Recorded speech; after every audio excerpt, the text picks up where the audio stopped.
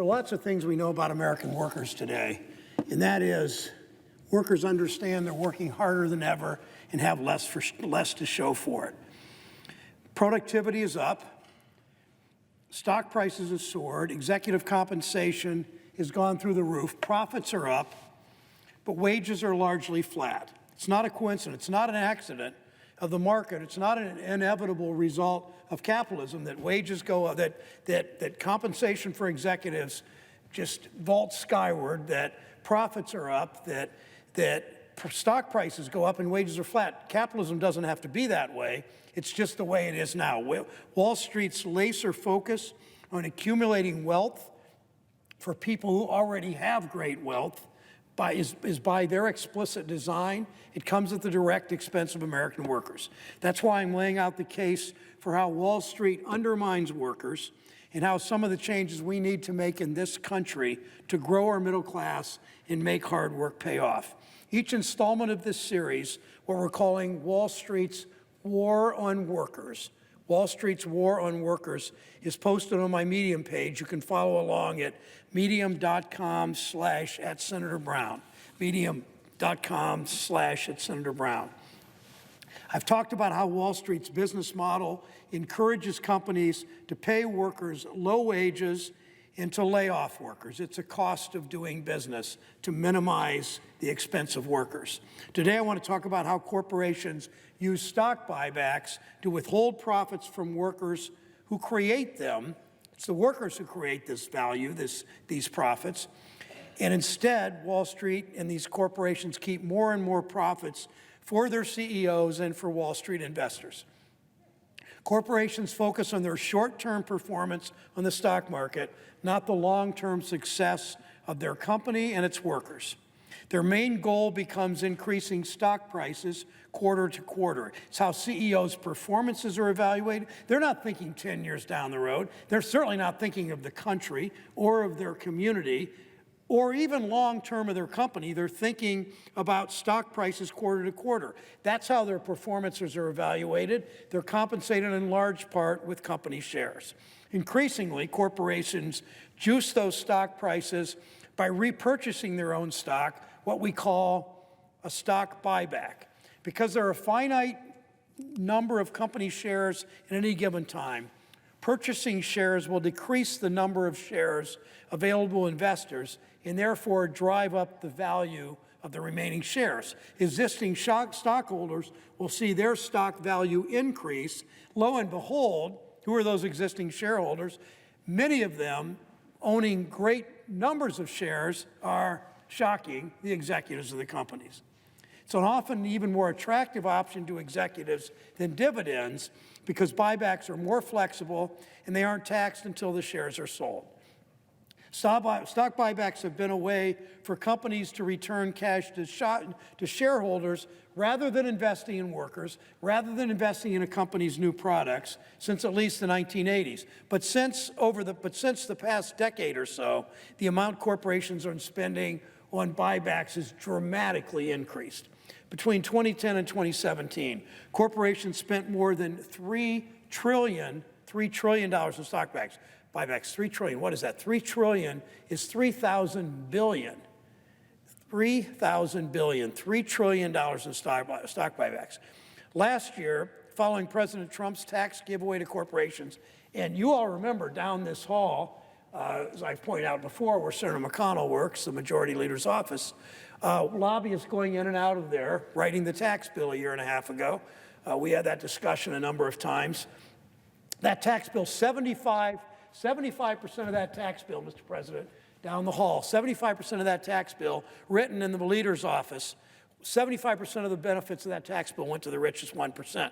So last year, following President Trump's tax giveaway to corporations, and companies spent $1.5 million every minute of every day on stock buybacks. Since that bill passed, that giveaway to the richest people in this country, companies have spent $1.5 million every minute of every day on stock buybacks. Between 2014, a couple of years ago, Home Depot spent 99% of its net income on stock buybacks. IBM spent 92%. Think about that.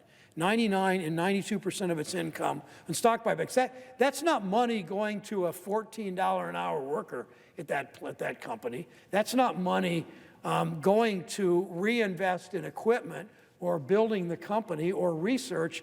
That's money going to stock. Over 99 cents on the dollar went to stock buybacks. For what? To enrich the biggest, not the small-time investors, to enrich the biggest investors.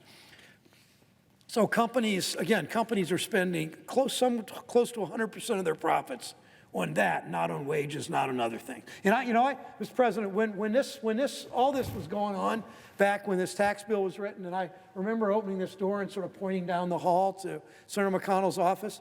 Around that time, President Trump invited some senators, both parties, to the White House, and he promised us that every American would get at least a $4,000 raise. Some would get a $9,000 raise. But you know what happened? And I know the president figured out that he wasn't really telling the truth. He was doing his typical exaggeration. When he said every American get a $4,000 pay increase at least, that money didn't go to wage increases. In those two companies, more than 90% of it went to stock buybacks. So it went to increases in salaries and wages, but only in the top executives. So don't even try to tell us that these tax cuts for the rich trickle down to middle-income workers, trickle down to middle-income Americans. They simply don't. Buybacks jumped even more after President Trump signed that bill. More money was spent on stock buybacks in 2018 than on debt payment, on capital expenditures, on research and development, on dividends. So again, don't try to come here, my friends on the other side of the aisle. Virtually almost every Republican voted for that tax bill. Don't try to come here and say, oh, we're going to vote for this huge tax cuts for rich people. This bill written down the hall in Senator McConnell's office, we're going to vote for a bill to give big tax cuts to rich people. And that money's going to work its way down and help the middle class. Don't even bother trying to lie to us and tell us that, because that never happens. Proponents of stock buybacks argue that companies purchase their own shares only after considering other value-creating investment options. Not a lot of consideration of other options when more than 90 cents on the dollar are spent in stock buybacks. They expect us to believe America's truly out of good ideas. Are all our factories as updated as they can be? Are all workers earning a fair wage they can live on? Of course not.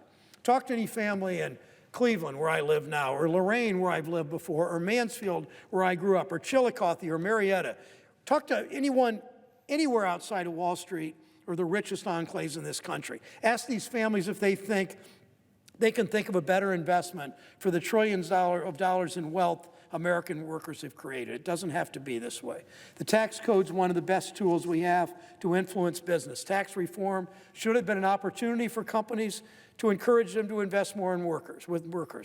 When I went to the White House in that meeting with President Trump, I gave him a couple of ideas. I actually handed him legislation. I handed him the Patriot Corporation Act. You know what that bill does? It doesn't just wholesale give tax breaks to the big corporate lobbyists who come in and out of Senator McConnell's office. That bill, the Patriot Corporation Act, says if your company pays good wages, if your company provides decent benefits, health, and retirement, if your company makes your product in the United States of America, you get a lower tax rate.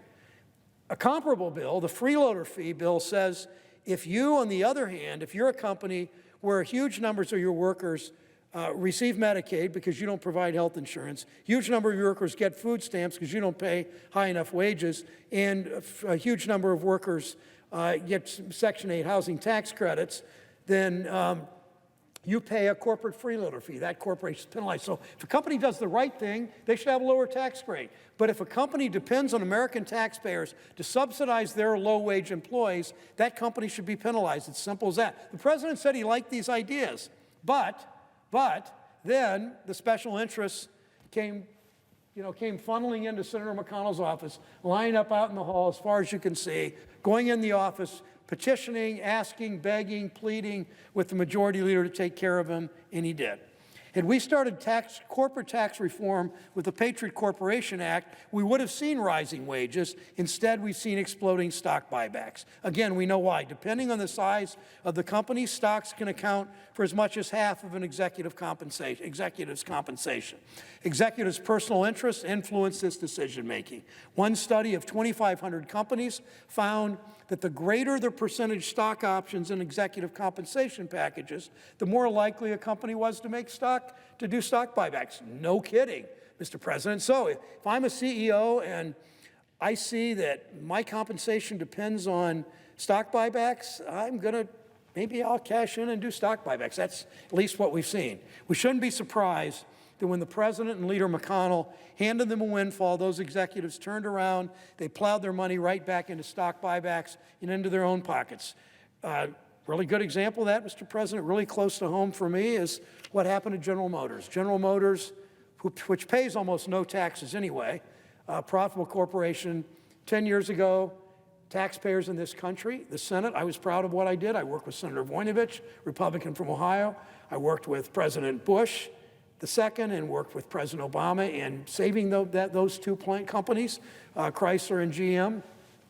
It meant a lot of Ohioans, a lot of people around the country continue to have decent jobs. But what happened 10 years later? They close plants, they do major stock buybacks, the executives gets richer, and because of this Trump tax law, more production goes to Mexico. So they're already regular. So how do we stop this never-ending cycle of corporate greed and make sure that workers share in the profits they create? It may not seem like it. There are already regulations in place that treat stock buybacks. It's what it is, stock price manipulation.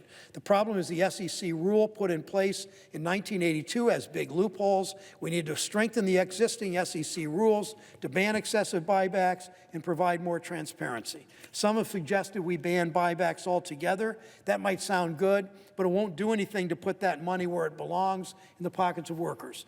Ultimately, the goal is not to, the goal is not to tax the rich. The goal is quit giving them tax breaks, but the goal is to plow money into the middle class, to help American workers get their fair share, to help American workers share in the wealth they create for corporate America. So my proposal, Mr. President, is simple. If corporations want to transfer wealth to Wall Street, workers simply get a proportionate share of the pie. For every $1 million passed on to shareholders in the form of stock buybacks or dividends, corporations will have to pass on $1 to every worker in that company. I'm calling it a worker dividend. All public corporations would be required to pay it. I'll be introducing legislation to strengthen SEC rules to establish the workers' dividend in the coming weeks.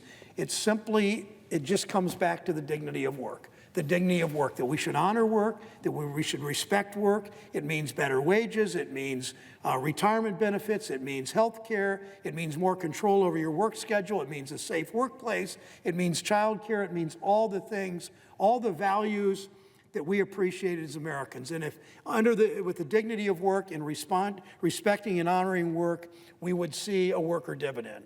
Wall Street so often doesn't recognize that all work has dignity, whether you swipe a badge or punch a clock, whether you work for tips, whether you work on salary, whether you're caring for an aging parent, whether you are raising your children, all work has dignity. Dr. King said there is no job that's menial if it has adequate compensation.